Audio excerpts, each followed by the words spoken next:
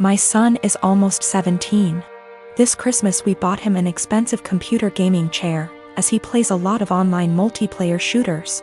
My son has some anger issues, which he's currently in therapy for, and these shooters tend to bring out his temper more than normal. However, for the past few months he's been keeping it together well, so I figured the chair might be a fair present. I was wrong, because the day after Christmas he was gaming, started to have bad luck. He was losing his patience. This culminated in him screaming insults and then picking up his chair and slamming it into the ground, breaking the back of it. After talking him down, we had a very serious conversation about him no longer being allowed to play multiplayer games while under my roof until his therapist feels comfortable with his progress, talked about coping mechanisms, etc. However, I made it very clear this was unacceptable and he would be grounded. We've had these heart-to-hearts many times, so it's not like every time he has an outburst I'm making light of it. It's a serious issue and treated like such.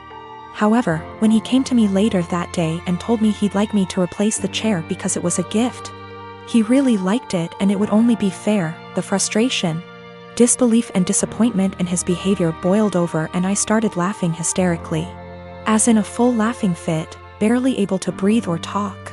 The more he'd plead his case, the harder I'd laugh. Repeatedly asking him how it was fair in his mind to have me replace a gift I paid for that he broke in anger. This obviously pissed him off more, which led to him getting emotional, but I just couldn't seem to stop myself. I tried walking out of the room and asking him to drop it, but every time he'd say, "But I need a chair." Or, "What am I supposed to do now?" I'd laugh again. I tried explaining that I'm not laughing at his feelings. I'm laughing at how absurd it is for him as a teenager to expect me to replace he can't be bothered to treat with respect, and then whine about it when he broke it.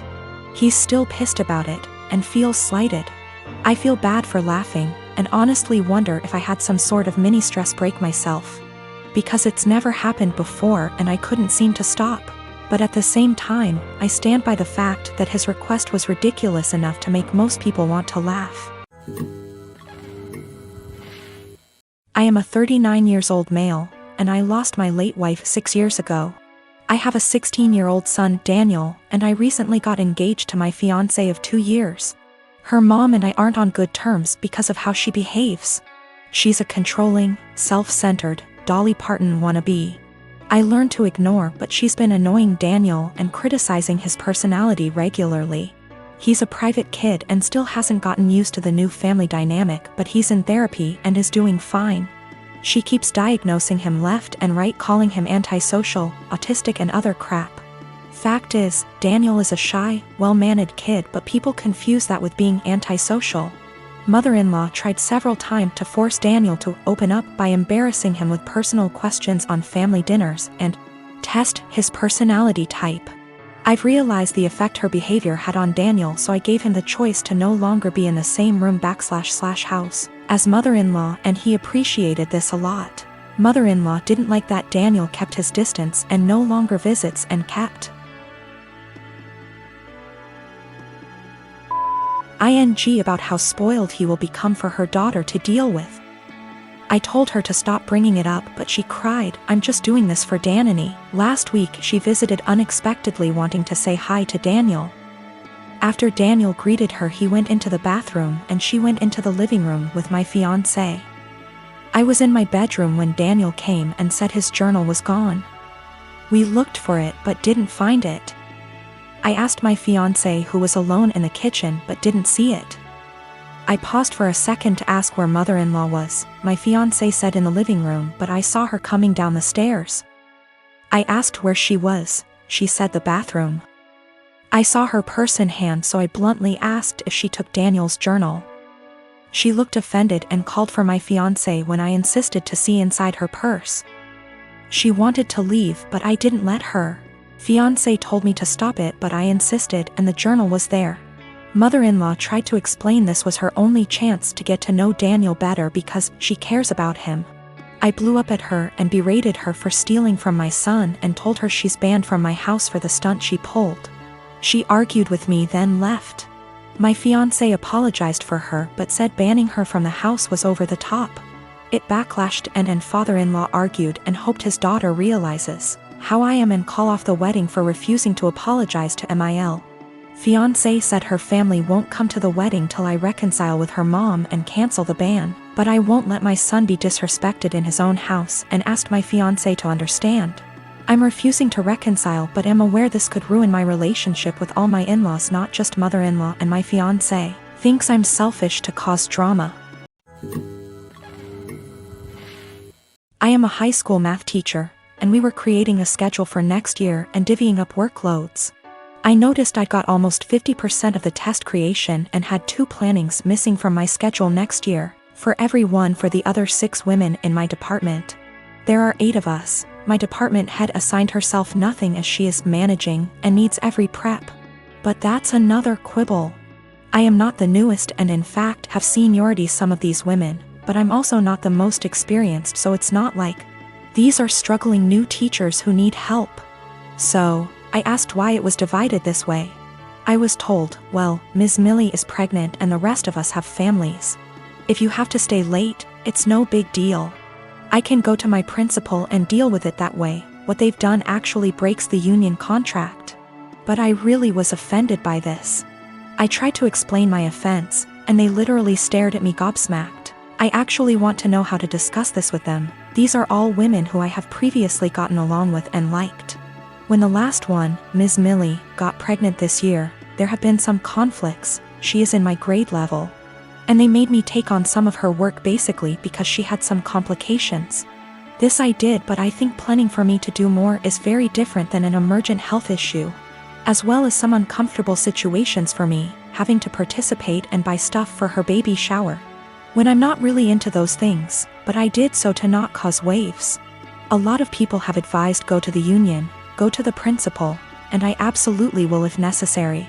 I want to be clear, I'm not worried at all that I'll be forced to work this schedule, but these are my colleagues. Many have been working with me 5+ years, and we have lots of meetings and times together, where it's helpful to get along. So I do try to get along, like the baby shower thing, and be a good work friend and colleague. I just want a better way to communicate myself than I had today. I was entirely shocked and very indignant and just found myself unable to express myself well, and I was hoping for ways to approach that someone with their attitude might understand because I can't empathize with it at all. Myself and viewing the other side is how I always try to look at problem solving. For the past 5 years, I volunteered for a mental health hotline. I'm deeply passionate about the hotline's work, and I've devoted huge amounts of time and energy to answering calls, training new volunteers, and fundraising. I've become close friends with many of the people I volunteer with, and I get a lot of joy out of helping people who don't have a lot of other support in their lives. I love this organization. I can't imagine my life without it. Today, the head of the organization sent out an email announcing that they've hired a new volunteer coordinator. The girl who relentlessly bullied me in high school and made my life a living hell. I was completely blindsided. I moved across the continent after graduating from high school, and I have no idea how or when this girl moved to my city. I doubt she applied for this job to deliberately antagonize me, since we've had no contact since graduation and all volunteers are anonymous. So it's just a terrible coincidence. But it still means I'm going to have to be working with a person who was unbelievably cruel to me. I really don't know what to do. Obviously, all of this was a long time ago, and it's possible she's cleaned up her act since high school. But I still hate the idea of even being in the same room as this girl. I've had her blocked on every platform for, wow, over a decade now. It looks like my only options are to A, tough it out and deal with this person coming back into my life, or B, quit the hotline after 5 years of service. I went for my regularly scheduled afternoon shift at the hotline, and the girl just happened to be there for some kind of orientation. I wasn't expecting her to be there, so I initially just kept my head down and ignored her. A little while into the shift, she came over to introduce herself, and genuinely didn't seem to recognize me. I've cut my hair and gotten glasses since high school, so that could have been it. It was a very brief interaction, and I didn't say anything to her in return, just nodded and smiled. After she left, I asked my shift supervisor if I could speak with her privately. I followed some of the advice here, just letting her know that I have a history with this person and I'm not comfortable working with her directly. The shift supervisor was very understanding and said that she could arrange for me to only serve shifts when the girl isn't supervising. She also offered to let me schedule my shifts through her instead of through the girl, which I appreciated. Unfortunately, it seems like there will be an unavoidable level of casual interaction. Given that the girl is working in the facility on a full-time, 9-to-5 basis. I think I'll be able to stick it out for now, but we'll see. The shift supervisor did ask me what I wanted to tell the girl. Vis-a-vis an excuse for my not wanting to be on shift with her, but I couldn't think of anything to say. So I left it up to her.